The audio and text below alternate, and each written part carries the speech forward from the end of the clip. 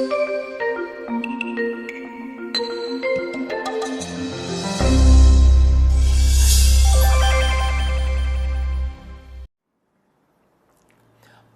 19:21. Many are the plans in a person's heart, but it is the Lord's purpose that prevails. Maraming binabalak-balak ang tao, iniisip-isip, pero ang kalooban ng Diyos ang mananaig, ang maghahari. Ang pag-aaral natin ngayon, pinamagatan nating when interrupted. Pagka pinigil, pagka naabala, pagka hinarang. Acts 9:1-4. Samantala, patuloy ang pagbabanta ni Saulo na maipapatay ang mga alagad ng Panginoon. Lumapit siya sa pinakapunong pari ng mga Hudyo at humingi ng mga sulat para sa mga sinagoga sa Damasco upang madakip niya at madala sa Jerusalem ang sinumang lalaki o babae na matagpuan niya roong kaanib sa daan ng Panginoon. Naglakbay si Saulo papuntang Damasco at nang siya'y malapit na sa lungsod, biglang kumislap sa paligid niya ang isang nakakasilaw na liwanag mula sa langit. Natumba siya sa lupa at narinig niya ang isang tinig na nagsasabi, "Saulo, Saulo, bakit mo ako inuusig?" Saul was his Jewish name at ito ang kilala nating si Paul. By the power of the temple, law of Moses, Jewish tradition, Saul was persecuting the followers of the way, the followers of Jesus, the followers of Jesusness. When people use the law against and place the law above Jesus or Jesusness, they do a Saul. They persecute Jesus himself. At dapat yan linawin natin sa simula pa lang, na pagka sinisikil mo ang Jesusness, ibig sabihin, sinisikil mo ang katuruan ni Jesus, ay kinakalaban mo si Jesus. At yun ang ginagawa ni Pablo noong simula. Acts 9:5-9 sa pagpapatuloy. "Sino kayo, Panginoon?" tanong niya. "Ako si Jesus, ang iyong inuusig," tugon ng tinig sa kanya. "Tumayo ka't pumasok sa lungsod at doon sasabihin sa iyo kung ano ang dapat mong gawin." Natigilan at hindi makapagsalita ang mga kasama ni Saulo nang marinig nila ang tinig, ngunit wala naman silang makitang nagsasalita. Tumayo si Saulo at pagmulat niya ay hindi na siya makakita. Kaya't siya inakay ng mga kasama niya at dinala sa Damasco. Hindi siya nakakita sa loob ng 3 araw at hindi rin siya kumain ni uminom. So Saul was stopped, Saul was interrupted in his project. Ang project niya, kontrahin ang Jesusness, pairalin ang Pharisiness. He was interrupted by Jesus himself. Acts 9:10-14. Sa Damasco ay may isang alagad na ang pangalan ay Ananias. Tinawag siya ng Panginoon sa pamamagitan ng isang pangitain. "Ananias!" "Ano po yun, Panginoon?" tugon niya. Sabi ng Panginoon, "Pumunta ka sa kalyeng tinatawag na Tuwid, sa bahay ni Judas, at ipagtanong mo ang isang lalaking taga-Tarso na ang pangalay Saulo. Siya'y nananalangin ngayon. Sa isang pangitain, nakita kanyang pumasok sa kinaroroonan niya at pinatungan mo siya ng kamay upang siya'y makakitang muli." Sumagot si Ananias, "Panginoon, marami na po akong nabalitaan tungkol sa taong ito at sa mga kasamaang ginawa niya sa inyong mga hinirang sa Jerusalem. At naparito siya sa Damasco, taglay ang kapangyarihang galing sa mga punong pari ng mga Hudyo upang dakpin ang lahat ng tumatawag sa iyong pangalan." So what Saul was doing? Implementing the law against the Jesus followers, against Jesus, against Jesusness, was called bad. Kasamaan ang itinawag. So kasamaan. It is bad to implement the law against the Jesus followers, which means implementing the law against Jesus, against Jesusness. Acts 9:15-19. Ngunit sinabi sa kanya ng Panginoon, "Pumunta ka roon sapagkat siya'y pinili ko upang ipakilala ang aking pangalan sa mga hentil, sa mga hari, at sa mga anak ng Israel. Ipapakita ko sa kanya lahat ng dapat niyang tiisin na alang-alang sa akin. Pupunta nga si Anania sa naturang bahay at pumasok dito. Ipinatong niya ang kanyang mga kamay kay Saulo at sinabi niya, "Kapatid na Saulo, pinapunta ako dito ng Panginoong Jesus na nagpakita sa iyo sa daan nang ikaw ay papunta rito. Isinugo niya ako upang muli kang makakita at upang mapuspos ka ng Espiritu Santo." Noon din may nalaglag na tila mga kaliskis mula sa mga mata ni Saulo at nakakita siyang muli. Tumayo siya at nagpabautismo. Kumain siya at nagbalik ang kanyang lakas. So after 3 days of interruption, things returned to what you might call normal or what you might call a new normal. Nakakita uli si Pablo, lumakas uli siya, pero ang new normal niya hindi na yung dating old normal. May iba na. Acts 9:19, si Saulo ay ilang araw nakasakasama ng mga alagad sa Damasco. What happened to Saul, later to be called Paul, was re-education. His interruption led to re-education, reorientation, from Pharisees to Jesusness, of course. Siya ay tinuruan, kasama siya ng mga alagad ni Jesus. Natural ang ituturo sa kanya, Jesusness, at ang mawawala sa kanya ay Pharisees. Kung paano sinabi ni John the Baptizer, Jesus must increase and I must decrease.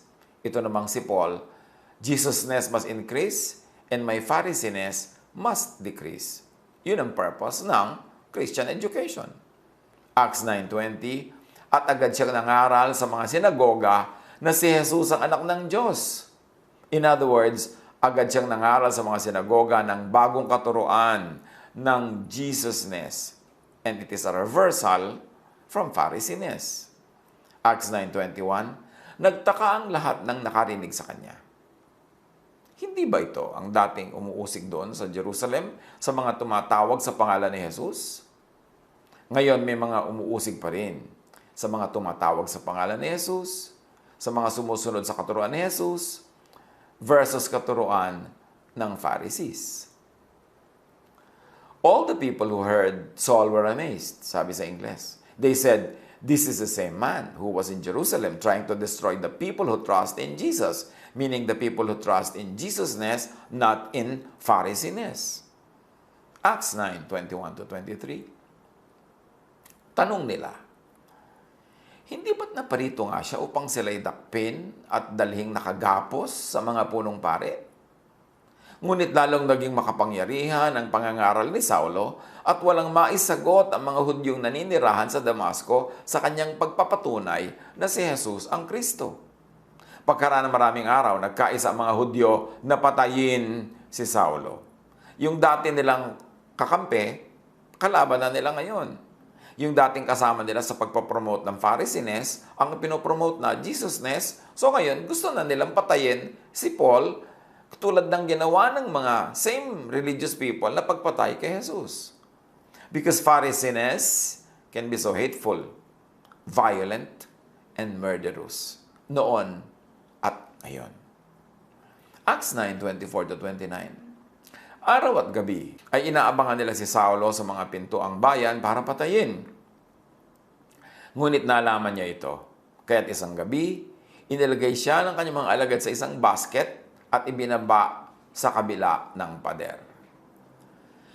Pagdating ni Saulo sa Jerusalem, sinikap niyang mapabilang sa mga alagad doon, ngunit silang lahat ay takot sa kanya dahil hindi sila makapaniwalang isa na siyang alagad. Subalit dinala siya ni Bernabe sa mga apostol at isinalaysay nito sa kanila kung paano nagpakita at nakipag-usap ang Panginoon kay Saulo nang ito'y nasa daan papunta sa Damasco. Sinabi rin ni Bernabe na buong tapang na nangaral sa Damasco si Paulo sa pangalan ni Jesus. Kaya mula noon, si Saulo ay kasama na nila sa buong Jerusalem at buong tapang na nangangaral doon sa pangalan ng Panginoon. Nakipag-usap din siya at nakipagtalo sa mga Helenista, kaya tinangka nilang patayin siya. So there was a murderous plan, as usual. You know, Pharisees always resorts to murderous schemes and acts. Kasi nga, ingrained sa law, yung violence. Ingrained yung pagpatay, yung pagbato, pagka meron siyang ibang religious opinion or religious belief. Acts 9:30, naalaman ito ng mga kapatid, kaya't inihatid nila si Saulo sa Cesarea at pinauwi sa Tarso. So Saul became Paul. His interrupted life was powerfully resumed, redirected, and redefined in his new normal. And his new normal was Jesusness. Ang old normal niya, Pharisiness. Ang sino man na tunay na nagkakaroon ng encounter with Jesus at nauunawaan kung sino si Jesus, ano ang katuruan ni Jesus, will abandon Pharisiness and put on Jesusness. Kaya naboborn again, nagkakaroon ng bagong buhay, bagong pananaw, bagong paniniwala, bagong pag-ibig, bagong pag-asa. So Paul was interrupted, but it was a very, very beautiful interruption because he was interrupted from Pharisiness and inducted into Jesusness. Sa buhay natin, interruptions, redirections, redefinitions could be great blessings in the long run or in the end. Hindi laging mukhang blessing agad. Hindi laging obvious agad na blessing pag nai-interrupt tayo. Pero kung tayo ay nakikinig kay Jesus, kung nagpapasakop tayo sa ministrations ni Jesus, kahit tayo ma-interrupt, kahit tayo mahulog sa kabayo, kahit tayo mabulag sa mandali, hindi kumain sa mandali, yan ay sandali lang. Because when Jesus interrupts us, He is going to take us away from Pharisiness into Jesusness, from the law to grace, from trouble to peace, from vexation to rest. Yan ang napapala ng sumusunod kay Jesus. So, anong mga interruptions ang nangyayari sa ating buhay ngayon? Definitely, sa situation ngayon, mga quarantine, mga protocols, maraming interruptions. May interruption sa hanap buhay. May interruption sa pag-aaral. May interruption sa family life. Interruption sa paglalakwatsa, pamamasyal. Interruption sa maraming bagay. Pero tandaan natin, ipasuggest natin ang interruption so that God will take this opportunity of interruption to teaching us, to guiding us.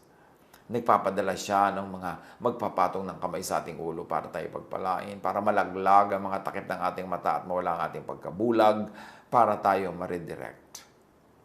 But very clearly, the first redirection, the first interruption should be an interruption from Pharisiness and redirection to Jesusness. Nagawa na ba yan natin sa ating buhay? Sumunod na ba talaga tayo sa katuruan nitong si Pablo about Jesusness? Sumunod na ba talaga tayo sa katuruan ni Jesus, Jesus Himself, para tayo gumraduate from Phariseeism, from legalism, judgmentalism, into Jesusness? Paulit-ulit natin ito itinuturo kasi napakatagal na hindi ito itinuro. Napakatagal na nakatulog ang church supposedly ni Jesus kasi naging Pharisaic. Naging ang bida ay law imbes grace. Naging ang bida ay legalism instead love. At naging ang bida ay Pharisiness instead of Jesusness. So, kailangan pa ulit-ulitin. Kailangan makabisa natin, magagap at ma-imbibe, ma-internalize. At anuman ang plano natin sa buhay ngayon na na-interrupt dahil sa quarantine o dahil sa ibang bagay, dahil sa ibang dahilan, na-interrupt na love life, na-interrupt na career, na-interrupt na professional life or studies, na-interrupt na plans, ipasuggest natin ngayon. Isuko natin sapagkat ang Diyos mayroong magandang plano para sa ating lahat. Kaya kailangan mo nang yung mga plano natin, kung hindi sangayon sa plano ng Diyos, ay ma-interrupt. Jeremiah 29:11, "For I know the plans I have for you, declares the Lord. Plans to prosper you and not to harm you. Plans to give you hope and a future." Hindi natin alam kung minsan ang sarili nating plano. At madalas, hindi naman natin alam kung anong plano ng Diyos para sa atin. Pero, alam ng Diyos ang plano niya para sa atin. Ang mahalaga, makinig tayo. Kung ini-interrupt tayo sa landas na tinatahak natin na hindi naman papunta sa plano ng Diyos, pa-interrupt tayo. Blessing yun. At kung na-interrupt na tayo, dumating tayo sa temporary moment of blindness na nangyari kay Paul, confusion, hindi natin alam ang pupuntahan, hindi natin alam ang gagawin, hindi natin naiintindihan ang nangyari, just be still. Listen to God. Commune with God. And when we are ready, God will send a blessing to change the course of that interruption into the resumption of God's plan for us. Siguro may mga dumadaan sa atin ngayon sa moment of walking in a dark valley, of not understanding what's happening. Just hold on. Patuloy na humawak sa kamay ni Jesus. Patuloy na sumunod sa kanyang mga hakbang. Patuloy na hayaan siya ang ating maging pastol para maipaliwanag at dumating tayo sa puntong, okay, naintindihan natin, yes, the interruptions in our lives are redirections for something better to something better. May nangyayari bang interruptions, redirections, redefinitions in your life ngayon? Tandaan, interruptions, redirections, redefinitions that happened, are happening, will happen, can be great blessings in the long run or in the end. So sa lahat ng mga nai-interrupt ngayon, na abala, na hold, na freeze, nalagay sa alanganin, nakabitin, do not despair. Learn. Listen. See. Adjust.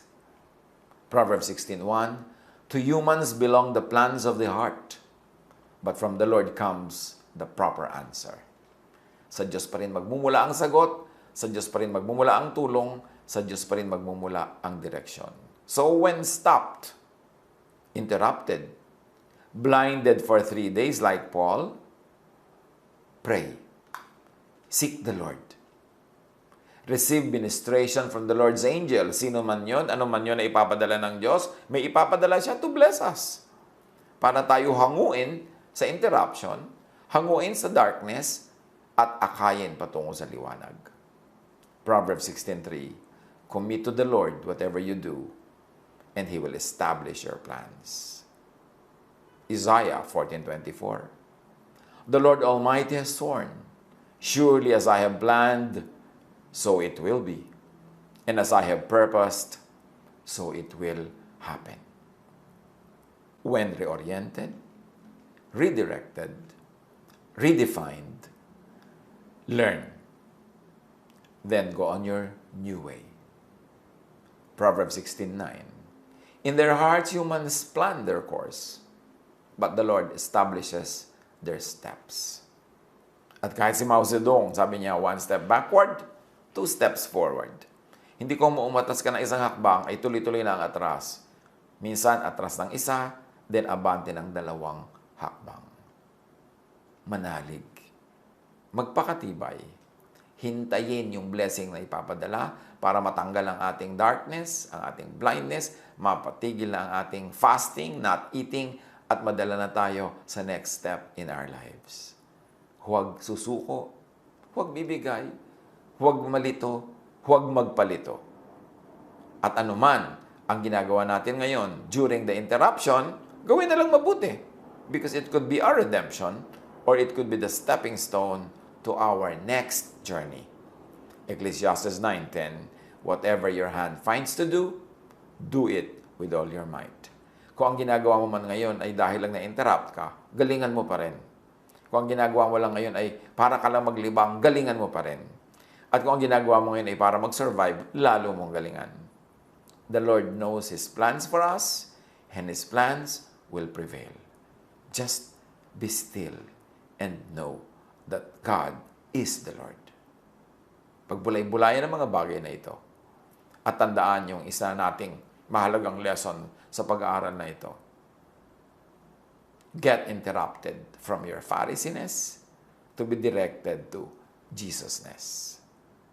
At marami pang ibang lesson, pagbulay-bulayan, pag-isipan, pakinabangan. God bless us all.